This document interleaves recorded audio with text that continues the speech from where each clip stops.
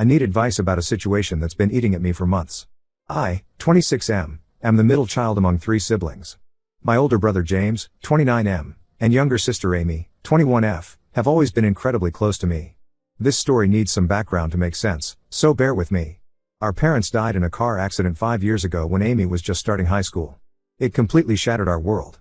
James was fresh out of college with a job offer in another state, but he turned it down to take care of us. He worked 2 jobs, one at a local accounting firm during the day and bartending at night. He made sure I could finish college and Amy could stay in our childhood home and complete high school. He even helped her get into nursing school, which was her dream. We developed a system after our parents died. Sunday dinners are sacred, we all meet at James's place no matter what. Amy and I both have keys to each other's apartments, and we drop by whenever we need someone to talk to. James reviews our major life decisions, not because he's controlling, but because he's been both our brother and parent for years. We trust his judgment. I met Madison, 23F, at work 8 months ago. She started in our IT department, and we clicked immediately. She was funny, smart, and seemed to understand the importance of family. She lost her mom young too, so she said she got why we were so close. The first 2 months were perfect.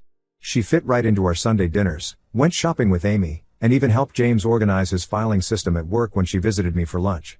Everything changed when she moved in with me 3 months ago. It started so subtly that I almost missed it. She began making comments about James during dinner. Don't you think it's weird how he needs to know everything about your life? Or a man your age should make his own decisions. When I defended James, she would back off, saying she was just looking out for me. Then she started with Amy. My sister has always been affectionate, she hugs us a lot, especially since losing our parents. Madison began pointing out how inappropriate it was. She complained about Amy using her key to drop by, saying a 21-year-old shouldn't be so dependent on her brothers. She started locking the door with the chain when she knew Amy might visit. The problems escalated when Madison went through my phone while I was showering. She found messages between Amy and me discussing Madison's behavior.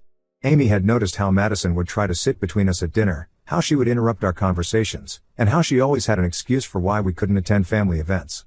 Amy was worried Madison was trying to isolate me. Madison confronted me with the messages, calling my family toxic and dysfunctional. She said Amy was trying to sabotage our relationship because she was jealous. She threw around terms like emotional incest and codependency, saying my relationship with Amy wasn't normal. When I defended Amy, Madison cried and said I always chose my family over her. Things got really bad last week. Madison started telling people at work that James had stolen our parents' insurance money. The truth is, there wasn't much insurance money. Most of it went to pay off our parents' mortgage. James worked himself to exhaustion and took loans to put me through college. He's still paying them off. Madison has been spreading rumors that James used the insurance money to control us, that he forces us to run every decision by him because he holds financial power over us. Some coworkers now give James weird looks when he comes to pick me up for our weekly lunches. One even asked me if I needed help escaping my brother's control. Yesterday, Madison crossed a line that made me question everything. Amy called me crying. She ran into Madison at the grocery store, and Madison told her to stop living through her brother and get her own life. She told Amy that I complained about her being clingy and that I was too afraid to tell her myself. This was a complete lie, I've never said anything like that about Amy. When I confronted Madison, she turned on the tears. She said she was just trying to help our family become healthier and more normal. She insisted that our closeness was holding us all back from growing up. She said if I really loved her, I would set better boundaries with my siblings. I feel lost. James says I need to see the bigger picture, that Madison is trying to isolate me from my support system. Amy is hurt and confused, wondering if I really think she's clingy. Madison keeps saying she's the only one who truly wants what's best for me, that my siblings are using our parents' death to keep us unhealthily codependent. Some of my friends think Madison has a point about us being too close. Others say her behavior is manipulative and concerning. I don't want to lose her. When things are good, they're really good. She can be incredibly caring and supportive. But I also can't imagine distancing myself from James and Amy. They're not just my siblings, they're my best friends. They've been there through everything. I'm considering asking Madison to move out until we can figure things out, but I'm worried about how she'll react. She's already threatened to report James to his workplace for financial abuse. I don't even know what that means. James has supported us, not abused us. Am I wrong for wanting to keep both my girlfriend and my close relationship with my siblings? Should I ask her to move out? Am I missing something here? Edit. Thank you everyone for the responses. I'm reading through them and taking everything in. A lot of you have pointed out red flags I didn't want to see. I'll update when I've figured out my next steps. Update 1 first, I want to thank everyone who commented on my original post. Your insights helped me see things more clearly, though the situation has gotten significantly worse since then. After reading all the comments pointing out Madison's manipulative behavior, I decided to ask her to move out temporarily. I sat her down last Sunday after my siblings left our weekly dinner and explained that we needed space to work on our issues.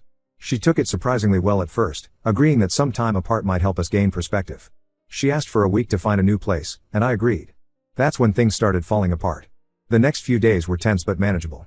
Madison was quietly packing her things, and I was helping her look for apartments online. But on Thursday, everything exploded. I came home early from work because I had a headache, only to find Madison and Amy in our living room. Amy was crying, and Madison was showing her something on her phone. When I walked in, Amy looked at me with such hurt and betrayal in her eyes that it felt like a punch to the gut. She grabbed her bag and practically ran out. I tried to stop her, but she pushed past me. Madison sat there with this strange look on her face, half sad, half satisfied. It took me hours to find out what happened. Madison had shown Amy Instagram messages that made it look like I had been complaining about her to Madison for months. The messages showed me saying things like Amy needs to get her own life and I'm tired of her clinging to me and even sometimes I wish she would just leave me alone. The messages were filled with private details about Amy that only a brother would know, making them seem authentic. Amy blocked me on everything, phone, social media, even email. She wouldn't answer her door when I went to her apartment. James tried to talk to her, but she was devastated, convinced that I had betrayed her trust. Madison played innocent, claiming she showed Amy the messages because she was worried about our unhealthy family dynamics and thought Amy deserved to know the truth. I knew I never sent those messages. When I confronted Madison, she broke down crying, admitting she had created fake screenshots. She claimed she did it because she felt threatened by my relationship with Amy and was scared of losing me. She promised to tell Amy the truth, but instead, she sent Amy more messages, saying I was trying to blame her for messages I had actually sent. The work situation has become unbearable too. Last week, Madison filed a complaint with HR claiming James had been harassing her whenever he came to pick me up for lunch. She said he would make threatening comments and follow her around the building. HR had to launch a formal investigation. James had to provide security camera footage, witness statements, and evidence of his whereabouts during all the times Madison claimed he harassed her. He was humiliated and angry, not at me, but at the whole situation. The truth finally came out when I found Madison's burner phone hidden in her sock drawer while helping her pack. She had been using it to create multiple fake profiles to send threatening messages to herself, making them look like they were from James and Amy. She would show these messages to our coworkers and friends as proof that my family was harassing her for trying to help me break free from their control. One message supposedly from James threatened to ruin her life for trying to help me. Another, allegedly from Amy, warned her to stay away from my brother or else. Madison had been showing these messages to everyone who would listen, painting herself as the victim of my cruel, controlling family. I've documented everything, the burner phone, the fake profiles, the manufactured Instagram messages. I'm moving all her things into storage tomorrow and changing my locks. James is talking to his lawyer about a defamation suit. We have enough evidence now to prove she manufactured the harassment claims. The worst part of all this is Amy. She still won't talk to me. Those fake messages hit her where she was most vulnerable. She's always been sensitive about being the baby of the family, about whether she relies on us too much. Madison knew this from all our family discussions and used it against her perfectly. James is trying to help me fix things with Amy, showing her evidence of Madison's deceptions, but Amy needs time. She said even if the messages were fake, the fact that I let Madison treat her badly for months was real. I feel like an idiot for not seeing the signs earlier. All of you who commented on my first post were right. Madison wasn't just trying to create boundaries, she was systematically trying to destroy my relationship with my siblings. I just hope I haven't lost my sister's trust forever because I was too blind to see what was happening. I'll update again when there's more to share. Right now, I'm focused on getting Madison out of my house and trying to repair the damage she's done to my family. Edit, a lot of you are asking about legal action. Yes, James's lawyer is looking into options for both the defamation and the false HR complaints. I'll include more details in my next update. Update 2. I thought the situation couldn't get worse after Madison moved out, but I was wrong. The past month has revealed layers of manipulation I never could have imagined. 2 weeks after Madison left, my cousin Mike, 27M, started posting cryptic messages on social media about family secrets and hidden truths. Mike and I were never close, he's my dad's brother's son. He always seemed jealous of how close my siblings and I were, especially after James stepped up to take care of us. Then last week, I discovered Madison and Mike are dating. Not just dating. They've been seen together at family events I wasn't invited to. They've been telling everyone who will listen that James has been financially and emotionally abusive to Amy and me, that he used our parents' insurance money to control us. Mike has always had issues with James. When our parents died, there was some argument about the insurance money. Mike's dad, our uncle, thought some of it should go to the extended family since they would be helping with us. But there wasn't much money, barely enough to pay off our parents' mortgage. James showed everyone the paperwork back then, proving where every penny went. The truth came out in the most unexpected way. Madison and Mike attended my aunt's birthday party last weekend. I wasn't there, but my cousin Lisa, Mike's sister, was. Madison got drunk and started bragging about how she'd finally found someone who understood her mission. Lisa recorded the whole conversation on her phone. In the recording, Madison admitted she'd made up everything about James. She confessed that she targeted our family because she was jealous of our closeness. Then she revealed something that made my blood run cold. This wasn't the first time she'd done this. Madison had manipulated and broken up her previous boyfriend's family too. She admitted to methodically isolating him from his sisters by creating fake evidence of family drama. Her own family had disowned her for stealing from them and trying to turn her siblings against each other. She laughed about how easy it was to manipulate people when you know their weak points. But the most shocking part was learning that Madison and Mike had been working together for months before she even met me. They met at a bar where Mike was venting about how unfair it was that James controlled our parents' money. Madison saw an opportunity. They planned everything. She would get a job at my company, get close to me, and then systematically destroy my relationship with my siblings. Mike thought if he could prove James had mishandled the insurance money, he could claim some of it. Lisa sent the recording to James. She also revealed that Mike had been telling the extended family that James forced Amy to become a nurse so he could control her career. In reality, Amy had wanted to be a nurse since she was 12. She has our mom's old nursing textbooks displayed in her apartment. When confronted with the recording, Mike tried to claim Madison was lying because she was drunk. But Madison's phone had text messages between them dating back to before she met me, planning how to expose James's financial abuse. The family is in shock. Even Mike's parents are disgusted with him. Turns out there never was any insurance money to fight over. James has bank statements showing he took out loans for my college and Amy's nursing school. He's still paying them off. I feel sick thinking about how Madison used everything I told her about my family against us. She knew Amy was insecure about being the baby of the family, knew I worried about burdening James, knew exactly how to hit us where it would hurt most. James is pursuing legal action against both Madison and Mike for defamation. His lawyer says the recorded confession combined with the text messages gives us a strong case. Several family members have come forward admitting Mike and Madison tried to get them to file false reports about James's financial abuse. The only good thing to come from this is that Amy finally knows the full truth. She's talking to me again, though things are still strained. She says she doesn't blame me anymore but needs time to process everything. Finding out that Madison and Mike planned this whole thing from the start helped her understand that I was as much a victim as she was. I'll update again if anything significant happens with the legal case. Right now, I'm just trying to understand how I missed so many red flags and let someone manipulate me into almost losing the two people who have always been there for me. Update 3: I'm writing this final update to bring closure to this whole situation. The past 3 months have been a roller coaster, but things are finally settling down.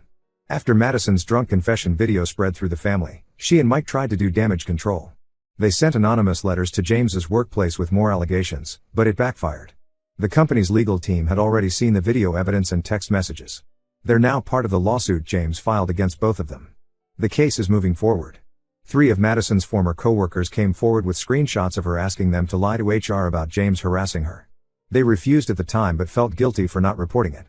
Our company fired Madison after a thorough investigation revealed she had fabricated all her complaints. Amy and I are slowly rebuilding our relationship. She moved in with me temporarily last month after her apartment building had a fire. Living together again has helped us heal. We've had long talks about everything that happened. She admitted she was hurt not just by Madison's lies, but by how long I let Madison treat her badly. I apologized for not standing up for her sooner. The hardest conversation was when Amy told me how Madison would text her cruel messages whenever I wasn't around, always deleting them before I could see. She would tell Amy that she was holding me back, that no woman would want to marry a man who was so close to his sister. Amy kept quiet about it because she thought standing up to Madison would prove she was too dependent on me.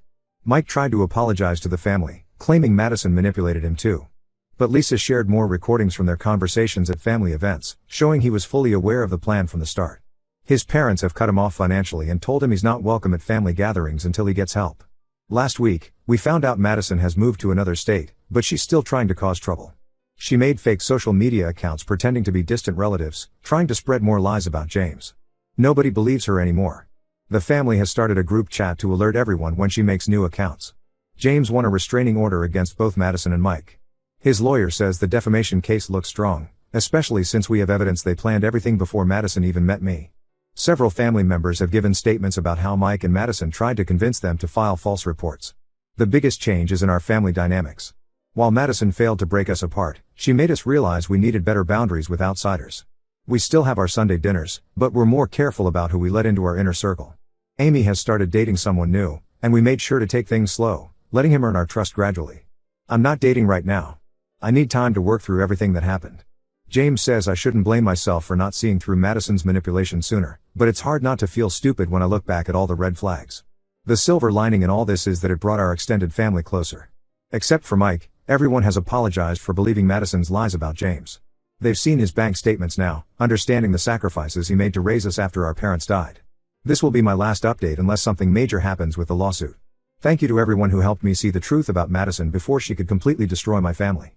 Sometimes the people who seem perfect are the ones you need to watch out for the most. Edit, for those asking, yes, we changed all our locks, passwords, and security systems.